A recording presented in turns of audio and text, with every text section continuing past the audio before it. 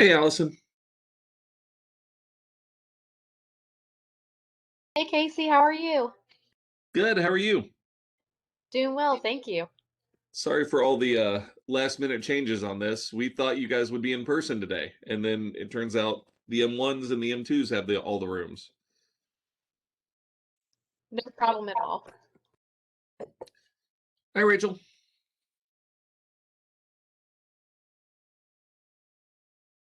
Hello, are you in the learning studio? I am not. I am sitting in my office because I think all the big rooms are busy at the Got it. moment. So it's all virtual? All virtual. Got it. All right. And we'll get started in a minute because I know y'all got places to be.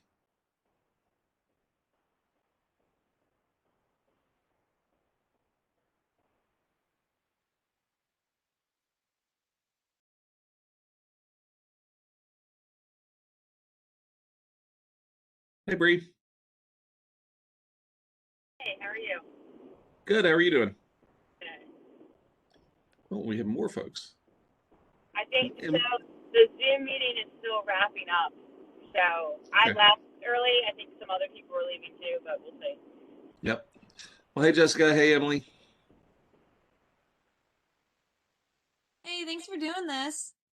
Happy to do it. And there's also, I'll go ahead and give you all a warning. There's a slight change from what I told y'all before. We got some new information in that it's positive information.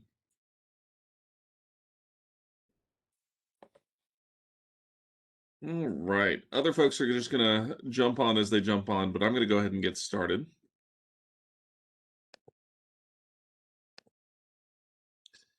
Let me close all these down. All right, here we go. So this is our how-to guide or our step-by-step guide, or um, Hannah in our office told me I should call it the idiot's guide because I was able to figure out how to do this. So if I can do it, y'all can. All right, and I take absolutely no credit for this presentation. The person who did this is someone that I get her updated information every year because she does such a darn good job of this. Her name's Sarah Donnelly. She's right now the interim director at Case Western up in Cleveland. If they're smart, they'll make her the actual director, and she may already be by now. Um, but she's already well on her way, and actually, well over halfway at this point to public service loan forgiveness. So we're gonna lean on her expertise as well as her access to all the systems. So here's what we're gonna kind of go over today. We're gonna keep it to an hour, um, hopefully, uh, likely because y'all have somewhere to be. So here's the disclaimer: everything is accurate of today, as of today, and we may see some types of changes. I'll go over why you're actually protected from some of the major changes. But keep up to date. Make sure you're informed. One of the best ways you can stay informed is by doing that alumni type survey that we sent out to y'all yesterday, so that I have accurate contact information for y'all as you're moving forward. In case something happens, I can contact you and go, hey, this changed. This is how to deal with it. So be cognizant of that. If you can get that filled out for us, that would be great. Now, the reasons why you're actually pretty protected from most changes is that it's public service loan forgiveness is part of your promissory note, which is also why later we'll talk about downloading promissory notes and things like that. It's in, I think, clause 21 or 23 of that prom note, and it guarantees that there will be a public service loan forgiveness program. I will say what's not in there is it's not a guarantee on how exactly that's going to work beyond that they offer one and it's 120 on-time payments. Um, and there's not a guarantee on how much they'll forgive, although right now it's set up as full forgiveness of anything left at the end of 20 years or at the end of 10 years. Let me get that right. End of 10 years. Um, what we would expect is if that there are any changes, that Congress will leave y'all out of the changes because y'all are already going to be in repayment. You've essentially borrowed under the understanding that this program is the way it is, and that's what they've always in the past honored, is that if you're no longer borrowing loans, they've left you well enough alone. They've kind of grandfathered you in under old rules. Now, neither here nor there for y'all, but they've also said that, in the past, new borrowers may fall under new rules. Y'all aren't borrowing again, so it doesn't even matter how they define new borrowers. All right, so here's the real quick, in a nutshell overview. You have to qualify for PSLF, Public Service Loan Forgiveness, you have to work for a qualifying employer. Well, that's a government entity. It's a 501c3, nonprofit or not-for-profit. The one stipulation on those 501c3s is they can't be like partisan organizations. You can't work for the Republican Party, the Democrat Party, or something like that, or any of the other 501c3s that they have. Y'all are working for hospitals. You qualify. You're good to go. So you also have to have eligible loans. So what's an eligible loan? Those are direct unsubsidized loans, direct plus loans in your name, so not your parents' loans, only yours. And it's also direct consolidation loans. We'll go over what doesn't qualify in a minute. And you have to make 120 on-time payments. And you can see down there in that stipulation that on-time payments mean you actually have to have a bill for that payment. You can't jump in early and make bills that you don't, or make payments that you don't have bills for. They won't count that. Voluntary payments don't count. So don't do that. Remember, in public service, any extra money you throw on the student loan goes away. It's wasted money if you throw extra money while you're doing public service. And so here's the history of it. The program started way back in 2007. Good gracious, that's before most of y'all even started college. It's part of the College Cost Reduction and the CCRAA Act. And the first possible forgiveness was October, about 4 years ago. Now, here's the numbers of kind of where they stand now. We don't have anything more up to date than November 30th. They're switching over leadership at the Department of Education, so that puts a little bit of a delay on this. Hopefully, we'll start getting new reports within about a month or so. But they've forgiven about 3,700 student loan borrowers to a total of 290 million, so pretty significant amounts. Now, where everyone starts to get a little bit freaked out is this number down here on the last bullet. You see that there are nearly 300,000 applications processed, but only 6,400 have been approved. Well, so what happened there? The biggest things that have happened there is that at the very beginning, they opened up the forgiveness application to absolutely everyone. People who had one payment, people who had 120 payments. Well, everyone thought that was the employment certification form, and so they submitted it. And it was the wrong form. So they got a lot of denials on that. Other people were given really bad advice really early on in this program, because you have to remember back in 2007, people had mixed loans. People had loans from what we call the FFELP program, the Family Federal Educational Loan Program. And those were loans by private lenders lent under a federal name. And so the government backed those up, and they worked just like your direct loans. So some of y'all who were in school back then may need to check and make sure all of your loans are direct loans. If they're not, don't worry, you can consolidate and get them all on the same thing. So just keep that in mind. But a lot of folks early adopters of the program didn't have the right kind of loans. Other people didn't go into the proper repayment program. They did standard repayment, which, hey, at the end of 10 years, you're paid off anyway. Or they did extended repayment, which is a 25-year repayment, but doesn't qualify for this program. Or they did what's called a graduated repayment, which is where your loans get bigger and bigger as you work in your career, which also doesn't qualify, and that's about a 20-year repayment on that as well. So a lot of reasons why people didn't qualify early on. Quite frankly, the biggest one is that application was open to everyone, and they filled out the wrong form, or they filled it out a little bit early, a few months early. And that's what we find even now with the more recent denials. 9 times out of 10, it's because someone's filling it out a couple months early, or actually, you can't do it significantly or early anymore because they've locked down that form. You can only access that form once you've hit 110 payments. Well, guess what? People think, oh, I can do my paperwork early. You can't. You have to keep submitting it at the proper times and hold off until you have 120 on-time payments. All right. Now, let's jump into the timeline. And by the way, y'all get your phones out because at certain points, I'm going to tell you to open up your calendar and put something into it. We're not there quite yet, but we'll get there, so have the phone ready. So here's your checklist. You're graduating. Good gracious, you're actually less than a month from graduation. We're going to call y'all doctors in less than a month. And I'll actually get to be one of the first people to do that because I'll give you your diploma that Friday. You'll have to come by and pick it up if you're in town. So one of the things you need to be doing, and most of y'all have been doing this, is just checking and making sure that your employer, the people who are actually writing your paycheck, are going to qualify as 501c3s, nonprofit or not for profit, or a government organization. So go ahead and double check that. Quite frankly, a Google search is the best way to do it. Just Google such and such hospital, are they a nonprofit? And then double check with your residency coordinator that the hospital is the one writing your paycheck. Some organizations will have a for-profit hospital, but have a nonprofit organization running the residency programs. We see that up in North Carolina, particularly like in Mission Hospital in Nashville. Mayheck still runs the residency programs. They're a nonprofit, but Mission is a for-profit hospital. So guess what? Students going into the Mayheck, if you're a Mayheck residency, you still qualify. Now, we already talked about the loans that do qualify. The loans that don't qualify are going to be those FELP loans. It's going to be Perkins loans, things like that. Any loans you have that are federal that don't qualify, you should be able to consolidate in.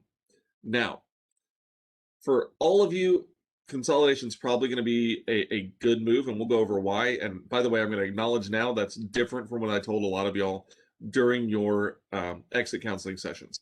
We got some new data, we got some new guidance from the Department of Ed, and it's good news for y'all. So we're going to start you early and save you around $6 or $7 grand, maybe even more, on this public service loan forgiveness.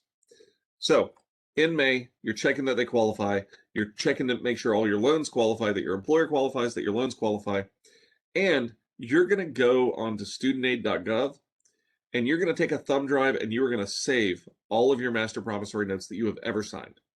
Now, chances are that's only up to maybe 4 of them, and then that would even be a high number. Most of y'all will just have 1 or 2. And so you're going to save those. Why do we save those? Quite frankly, it's a covering your tail sort of thing. If the government glitches, and I'm not going to say they're going to do anything intentionally, but if something happens and information gets lost, information gets stolen, guess what? It's on you to have the backup of your information. It's not on the government. So you keep a backup for yourself. So how do you do that? Super easy. Go to studentloans.gov. You can actually go to studentaid.gov. It's all the same website now. Student loans will just transfer you over. You're going to click on View My Documents. You're going to click Filter the Promissory Notes out because you've done some other things as well. And you're going to download a copy. Now, if you want to keep a real paper copy, you're entirely welcome to do so.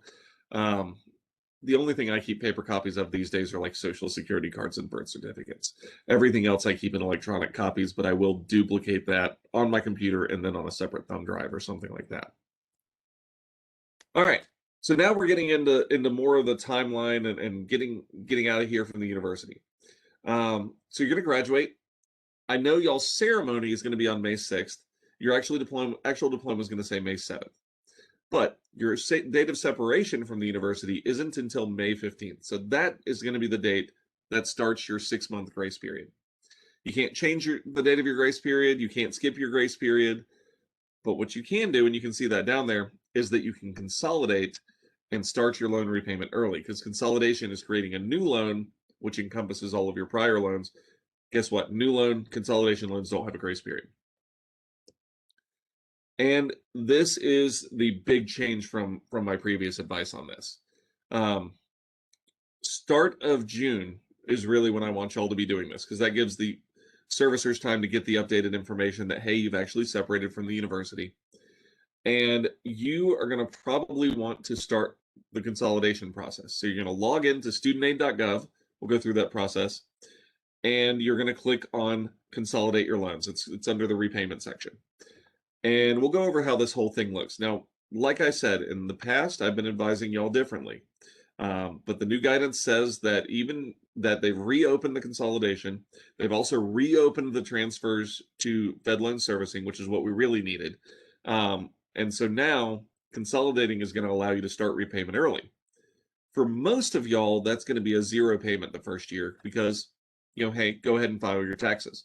And it's going to be based off of this year's taxes that you're filing. Now, for some of y'all who are married, who have outside income from some other source, if you can't afford to start making the payments right now, you are totally fine waiting until September to start this process. That's okay. Get yourself situated, get yourself set up. If you're not going to be able to set up a zero payment, you may want to take that route. And so here's first time to get your phone out. Get your phone out, open your calendar, go to June 1st, and put in there that you need to consolidate. And by the way, the consolidation includes the income-driven repayment application, and that's what we'll go over in just a second. So here's what this application looks like. You're going to log in. It's going to say, hey, as part of this, do you want to apply for an income-driven repayment program? Well, yes, those are the only ones that qualify for public service loan forgiveness. And we go over this in your exit counseling, so some of y'all have already had this, some of y'all will still be getting this. Almost every single one of you is going to be in either revised pay-as-you-earn or pay-as-you-earn. And during the exit counseling, that's when we really have to look at that, so I can't make a blanket statement. But if I was going to, I would say that the majority, but not all, the majority of students, revised pay-as-you-earn is the best plan. Some of y'all, though, pay-as-you-earn is a much better plan for y'all, and some of y'all, it's actually kind of a toss-up. So that's why we do those exit counseling sessions to look at this portion of it. So you're going to start a new application.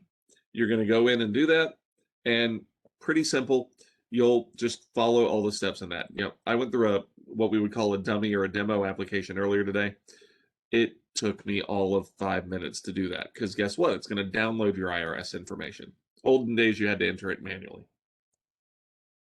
All right. So then you're going to start residency.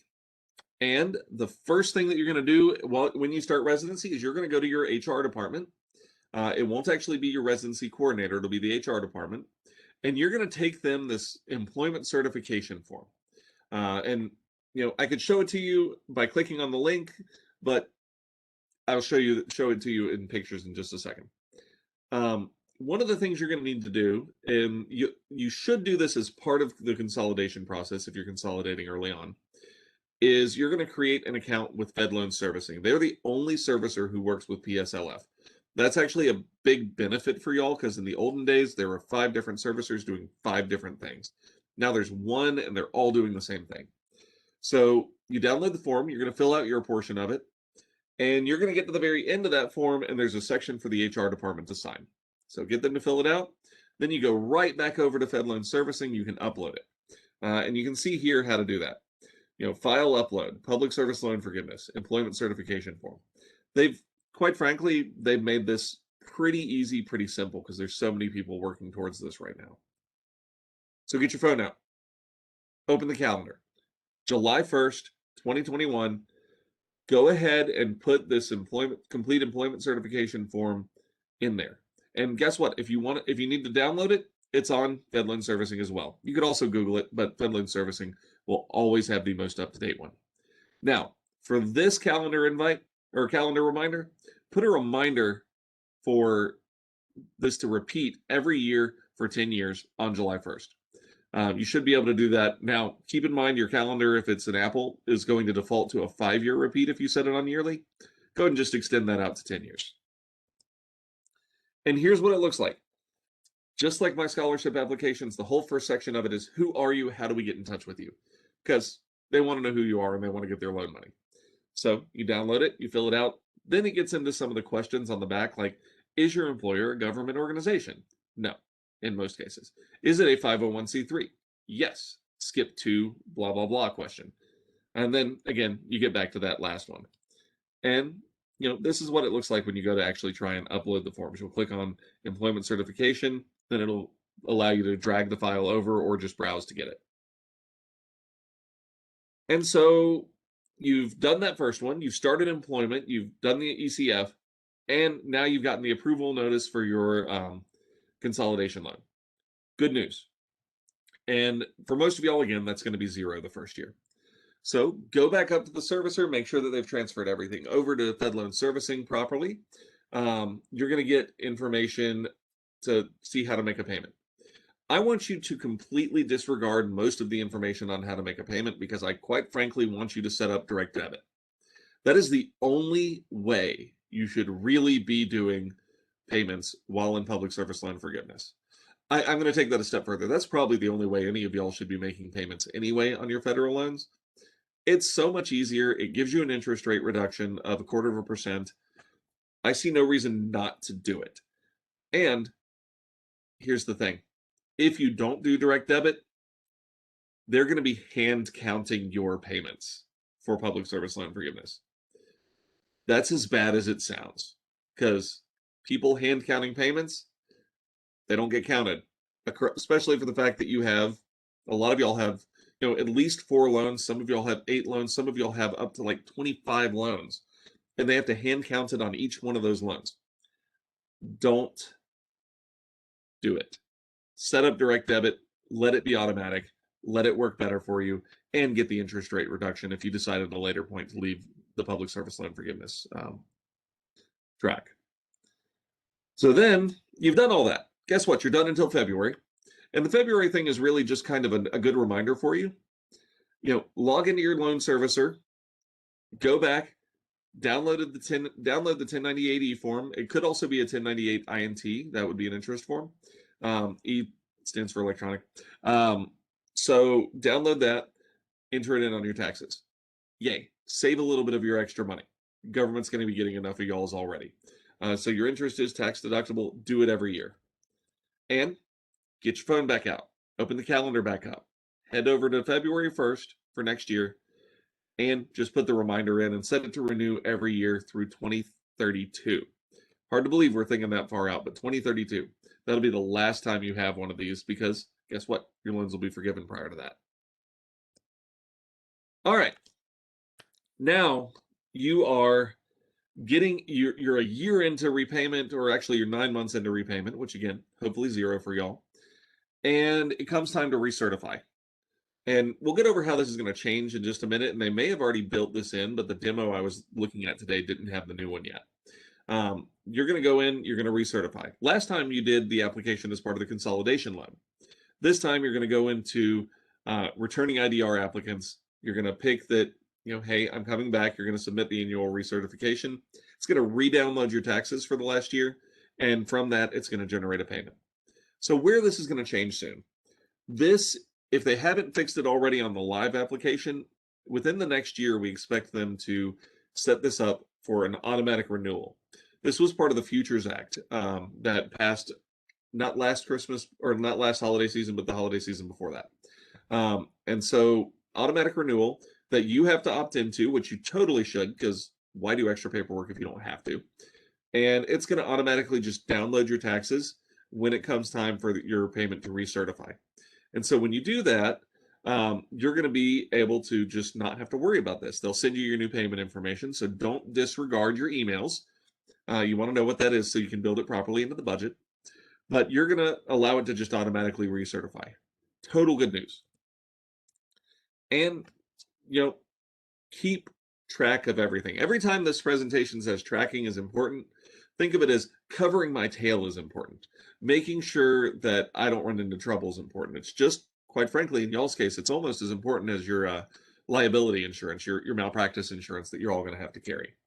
So they've actually done a good job at Fed Loan Servicing of making this pretty trackable. So you've got the upload page and you've got the check my progress page. So open that calendar back up. October 1st, 2022, this is going to be the first time that you're going to be logging back in and making sure everything was processed correctly. So you submit the form, they've got 3 months to then certify that form and update all of your eligible payments. One of the key things to look for, and this is especially true if y'all don't do the auto debit, which you should do the auto debit, you're going to hear me say that again and again and again, is to make sure that they're counting all of your payments on all of the loans. So every single one of y'all's qualifying payment numbers should match on every single one of your loans, and they're going to list it out separately. But so October 1st, 2022, set a reminder to go in and make sure that it worked, that they approved it, approved your employer, and that they went ahead and counted everything correctly. And repeat this yearly for 9 years in this case, because you're already going to be 1 year into repayment at that point. And this is actually what it looks like. So a long time ago, you had to call them and ask, and it was miserable. Nowadays, you can actually see what this looks like. And this is just a cross section of Sarah's loans. And you can see that she has 55 payments at the time she did this, counting towards PSLF. And then there's this other program called the TEPSLF, temporary expansion of PSLF. That's not really going to be for y'all, but it's there. It's going to count it just in case. The TEPSLF is for those who got bad advice from their servicers early on. Y'all, we're well past that. Y'all will know after this presentation how to get public service loan forgiveness. And, it gives you another way of looking at this. So in this case, Sarah pulled this on the same day. She pulled down the individual one. She had 55 qualifying payments, which means that she had submitted forms for her employment after making those 55 payments. And guess what? Since then, she had made 5 more payments that need the employment certification. Well, you only do it once a year, so this will probably go up month to month until you hit 12, and then it'll drop back down and move everything over to the qualifying payments. Now, you notice down there that there are some ineligible payments for this person. So in this case, she had been making payments before she started working for the university. Worked in the private sector, didn't qualify at that time. So when she started working for the university, her payments started qualifying. She jumped on the bandwagon. Now, if you ever find that some of yours are not counting properly, as you think they should, you can actually appeal it. And Sarah's a good example of that because she had some back when they were doing things, counting things by hand, that they counted on some of her loans but not others, and got them to fix that so that now all of her loans say the same exact thing. And you're just going to keep going through. You're going to keep tracking, and you're going to keep covering your tail on these sorts of things. So once you've submitted it, you're going to go back and check your PSLF payment tracking. Again, the government, the Fed Loan Servicing especially, they're not going to go out to do anything wrong. Fed Loan Servicing wants to keep the contract for this. They're making a lot of money by servicing these loans. But if something happens, if they get hacked, heaven forbid, and all your information gets deleted, well, guess who needs to have a copy? You do. So download all of your qualifying payments. Download your copies of your employment certification. Download the copy of where they approved your employment certification. Download everything. They're PDFs. They're not going to take up that much space, and just keep that around somewhere. And when you download it, this is what it's going to look like. And it's actually going to break it down by your employer. So as you go through this process and you go into residency, well, then maybe you have a different employer for fellowship. Then you have a different employer for your first attending job, and maybe you switched attending jobs a few times. It's going to show you every single one of those, your dates of employment, and when you do everything. And then, again, download everything else. We've already talked about this one. And then also download the actual payment history. So the other one downloaded, what everything that you did, or every qualifying payment and where that was from. This is going to be just a record of, hey, I made my payments. It's going to show the due date, and it's going to just show that they were all on time. And you're just going to export it. I looked at it earlier today. Looks just like this. It's a PDF as well. It's going to show the payment date of all of your payments. The due dates on these things are usually going to be the 1st of the month. So you can see these come out on the 26th of the month, just before the 1st. So makes sense. You can also see this is a lot what y'all's will look like while in residency. It's going to show the amount of your payment. It's going to show the interest, and the principal is probably going to show 0 because none of y'all, for the most part, are going to be paying down any principal while you're in residency. That'll make a change once you hit your attendings slots, but not prior to that. And now you are going through this. You've renewed it. You've done everything in your phone said to do for the last 10 years. You're 120 payments in. For some of y'all, that will be as early as July 1st, 2031. You will be able to go in, log back into myfedloan.org, Fed Loan Servicing. And once you hit 110 payments, this form is going to pop up. It's going to say request loan forgiveness. don't do it until you hit 120 payments. You're just going to be adding to the statistics of denied ones if you try and do it early. So once you hit 120 payments, you click on request loan forgiveness, and then you fill out the form and submit it. So go ahead and get that done. Fill it out, submit the form. And this is the part that's going to hurt just a little bit. For the next 3 months while they make their decision, you need to keep making payments. I know that puts you up at 123 qualifying payments, but the good news is that as long as you keep making those payments, if there's an issue, if one of your payments was late or something like that, well, guess what? They'll count your next one. And so you're already on track. You just resubmit the form, you get approved then. Those loan repayments that you do after you qualify for public service loan forgiveness will be refunded to you. That's why we keep doing it, because we know we're going to get refunded on it, and so that's okay.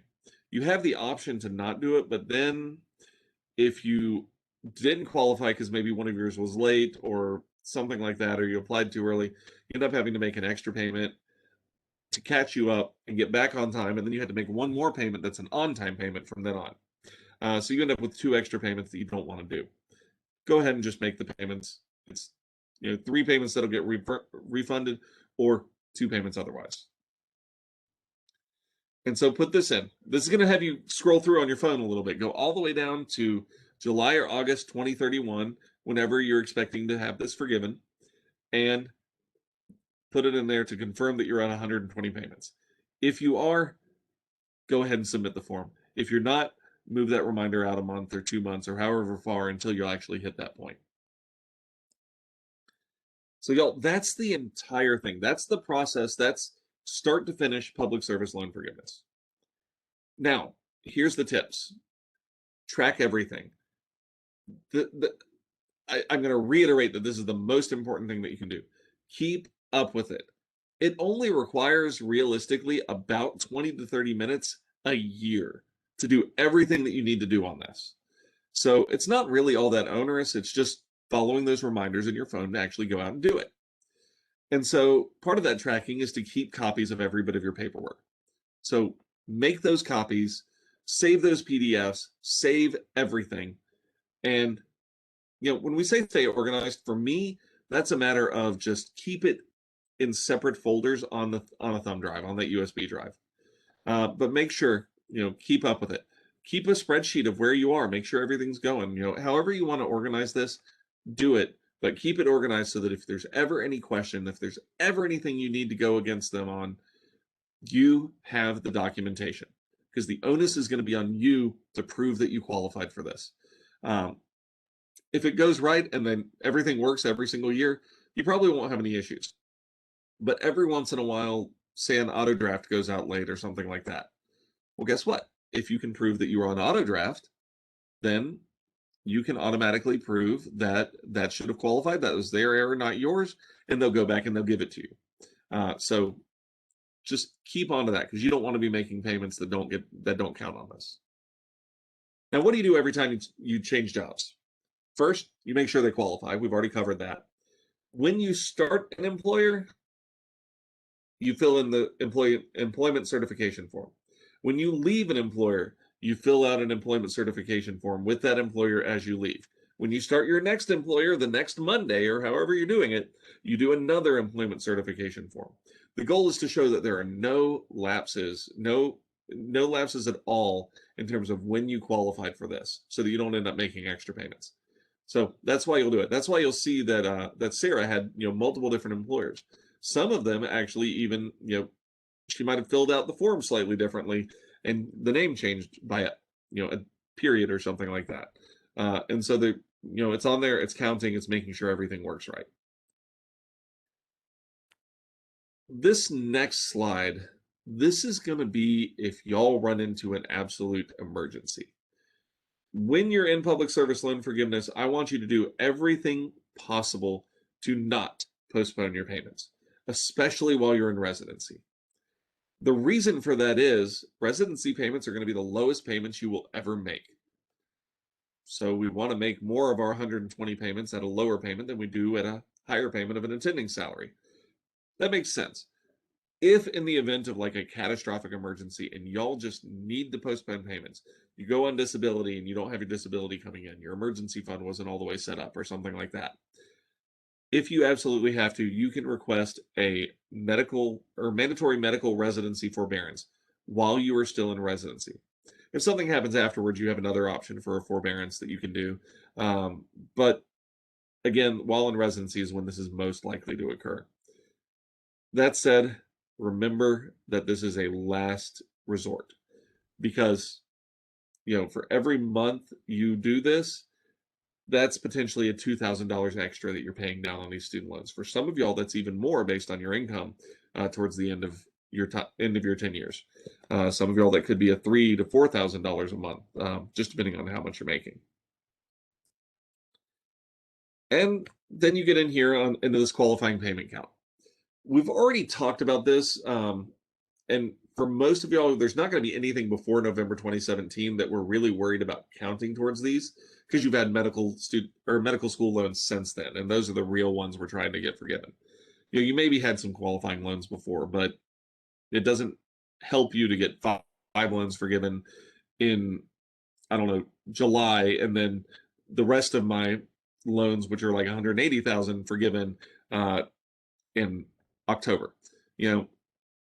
Just consolidate them, get them all on the same payment structure, the same timeline, and that way you can put everything on direct debit, and it's all going to show the same numbers across the board. Just remember that if there's any months you don't do a direct debit, if like your first payment isn't done that, make sure they count it. Double check them, because anytime you get a human involved in this, and they are hand counting them, if it's not direct debit, anytime you get that human involved, you gotta check after them. I hate to say it, but it's true. And you can see down here where I was talking about, Case Western Reserve Univ versus University, and that's why they show up differently. All right, here is some information from the CARES Act and the administrative forbearances that we're in right now, which is where we got the new information from, is some guidance on the Department of Ed website on this. So what happened to student loan payments? Why have I been telling y'all they're frozen? Well, they had been frozen, and they've been set at 0% interest since March 20th of last year. That first happened as part of an executive action. Then the CARES Act passed, and that went ahead and pushed things out a little bit further. So the first one was only a few months, giving time the CARES Act to actually come into play, and then pushed it out further. Then executive actions happened again, pushed it out to December 31st. Then they extended it, even further. Now what we're seeing is that, and that should, January 31st, 2021. Now the current executive action that's in play extends it through September 30th of 2021. Well, guess what? There's some good news. Will suspended payments count towards PSLF? And this is the new thing, and why we're having you consolidate now, so that we can get you into repayment. And the answer on this is yes, as long as you are working full-time for a qualifying employer, your non-payment, these suspended payments, count towards public service loan forgiveness. Great news. That's awesome. It's, like you can see down there, a savings of at least $2,000 per month for most of you. For some of y'all, it's even significantly more. So there's a lot of news articles that come out of that on this sort of thing. And a lot of them are scary because guess what? Flashy headlines are clickbait, and they get us to click on it. So you need to evaluate this stuff. And one of the easiest ways for you to evaluate is, send it my way. I'll still be here. I don't retire for 13 years. So, y'all all have your loans paid off by then. So send it to me. See who, and if I'm not available for whatever reason, maybe it's over the holidays, or, maybe I get hit by a bus. We always talk about, what to do if someone gets hit by a bus. Here's the other ways to evaluate it. See who's writing this article. Is it coming from, say, a news journalist in the AP? Love them. They write great articles. Very few of them understand a lick about student loan repayment or federal financial aid. There's just not many that do. So, they're really good at the clickbait headings and everything on that, but do be careful. Is it coming from an industry expert? Is it coming from something like, say, NASFA, the National Association of Student Financial Aid Administrators? That's my big organization that encompasses all of our lobbying as well as all of our information that we do in financial aid. So if it's coming from them, that's going to be really, really valid. Is it a letter to the editor? Is it an opinion piece? Is it an opinion journalist? That is probably one of my least reliable ones on there. They tend to be really flashy. They tend to be lacking a lot of information. If you ever walk by my office and I'm like red in the face reading a news article, it's usually one of these because they're giving really bad information a lot of times. And so then you look at the content. Is this just old news that they're recapping and maybe it's no longer valid? Y'all know how the algorithms and everything work on Facebook and YouTube and that sort of thing. It's going to pull up an article that's like a year and a half, 2, 3 years old on this sort of thing. And it's going to look brand new unless you really dig into the actual date. Or this is a big thing. Is it talking about proposed bills? Proposed bills mean absolutely nothing until at best they get out of committee, which means they might have a chance of being reviewed and voted on the floor. Until, if it's just a proposal, that's a congressman or a senator or a president just getting their name out there trying to get votes. Being honest on that. If it's actually gone through committee and a committee's reviewed it and voted to take it out of committee back to the full House or full Senate, then it's a bill that might actually have a chance of passing. And those sorts of times it's good to start looking at it. Or, shoot me an email and ask about it, and I'll give you my assessment on it. Because I'm part of, a few organizations, and we keep an eye on these sorts of things from proposal through committee all the way through passage, and then even further because, a lot of these bills don't cover the day-to-day stuff, and so we get into the regulation side of things, which usually take place a year after everything goes. So we're going to be monitoring that really closely for y'all as well as for students that are going to come after you. So reach out to us, look at the industry experts when it comes down to this sort of thing. A lot of times there's some really scary stuff that comes out every time there's a proposal, or really scary stuff right when something passes that we can take care of as part of the negotiated rulemaking process that's built into every single one of these laws when it comes to their regulations. And one thing to remember is that regs have the same weight as law so long as they don't contradict the law. So that's why we get heavily involved in that point. Now, if y'all want to push for this to keep being a thing for upcoming classes, you can go and you can contact your senator. You can contact your House of Representatives person. You can share your story on AAMC. That's entirely up to y'all. Y'all can be as much involved in advocacy as you want or as little involved in advocacy as you want. They don't want to hear from folks like me. I may work with 400 med students every single year, but I'm not actively in the program. If a congressman, if a senator, if a lobbyist is going to look for any examples, they're going to go directly to what y'all are saying about these programs. So if you want to be involved, there's ways to do that, and I can get the actual links to you a little bit later. And good news, the AAMC, our big agency that we work with, that is putting out new infographics, new handouts that go along with this, help you remind it. They look way better than the stuff that I just put on this presentation. And we've got a new one coming out in a couple months to help you out a little bit as well. That's part of the Committee on Student Financial Assistance that I'm part of. And so we've got that coming out. I didn't get to see it yesterday because we just ran out of time on our actual meeting, but judging by their quality so far, the team that's working on these is stellar, and they're gonna keep doing that. And here you can see again, why is no one qualifying? Same things we already talked about. Incomplete applications, they left something off. Not enough qualifying payments, the biggest number one cause, and again, it's because most of those went out early. And then some have no eligible loans. That's a really uncommon reason, but double check and make sure that you're going to be good. So now I'm going to shut this down, and I'm going to see if y'all have any questions. So you can just unmute yourselves, ask away, and we'll see if we can get those answered. Hey Casey, I have a question. Okay, Renee. Sorry, but we're echoing because we're on in the same room. So in July, when we start the like $0 payments, do we have to do anything for it to like show our payment for that month is $0? Like, is it going to show 300 or whatever, $350, or will it show So zero? when you do the actual consolidation loan application, which has that IDR piece built into it, it's going to generate and show you that you have a $0 payment. And each month when that payment is due should show up in your qualifying payments on Fed Loan Servicing. Beautiful, thank you. You're welcome. What other questions y'all got?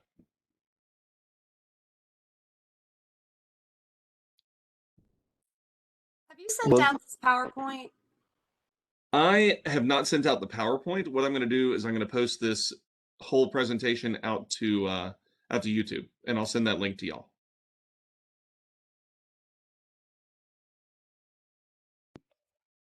So if we do the consolidation on June 1st, like when my phone notifies me, will like it be a while before those payments kick in?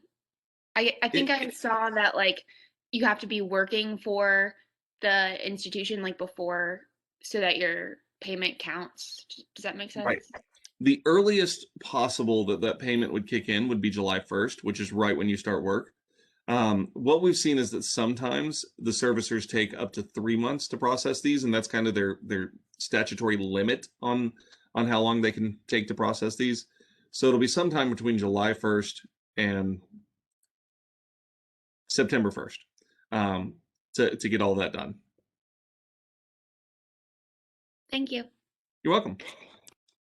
What other questions? Casey, can you hear me? I can. Sorry, I'm in the car.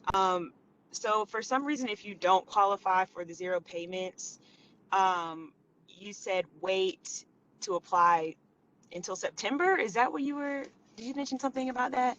That's what I would do, because I want you to have a few paychecks under your belt before you have to actually start making payments if you're not going to qualify for the zero payment. Okay, and when would be the earliest you find out if you qualify or not? You can actually run it through a calculator on the studentaid.gov website, just to double check. Okay, thanks. You're welcome. And to get the $0 payments, you only have to file a federal return. Is that correct? Correct. Yeah, you don't need a state return. Okay.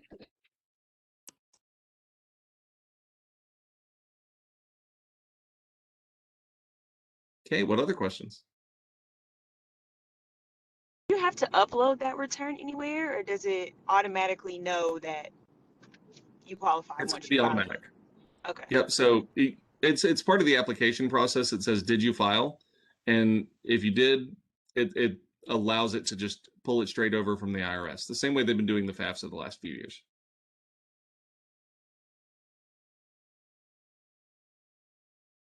All right. What other questions?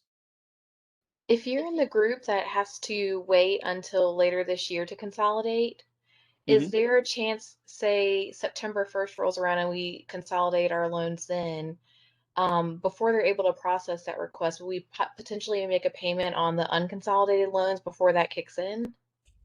No, you shouldn't have to do that. Once you submit a consolidation application, part of the process there is that it's going to freeze your any payments that are due while they process that.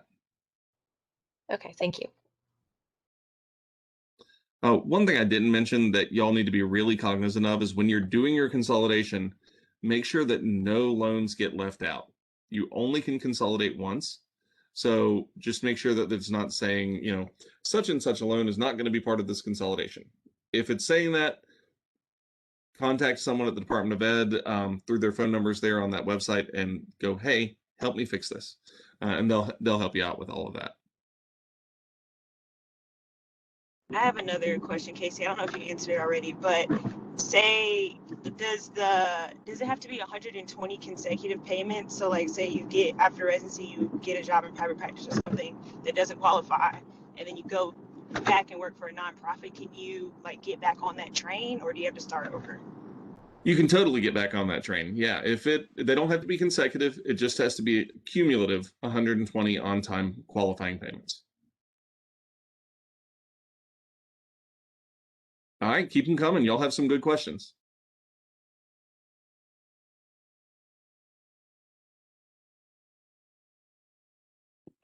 Just to confirm, the loan forgiveness at the end of 10 years, if you make those payments, is not taxable. That's correct. Yeah, public service loan forgiveness is entirely not taxable.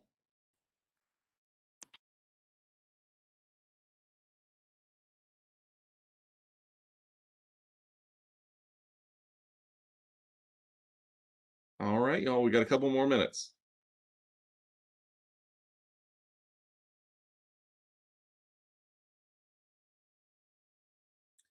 And since I'm not hearing any more questions, I will go ahead and let y'all go. I know half of you have some skills labs to do this afternoon, but thanks everyone for coming, and I'll get this up on YouTube as quickly as I can.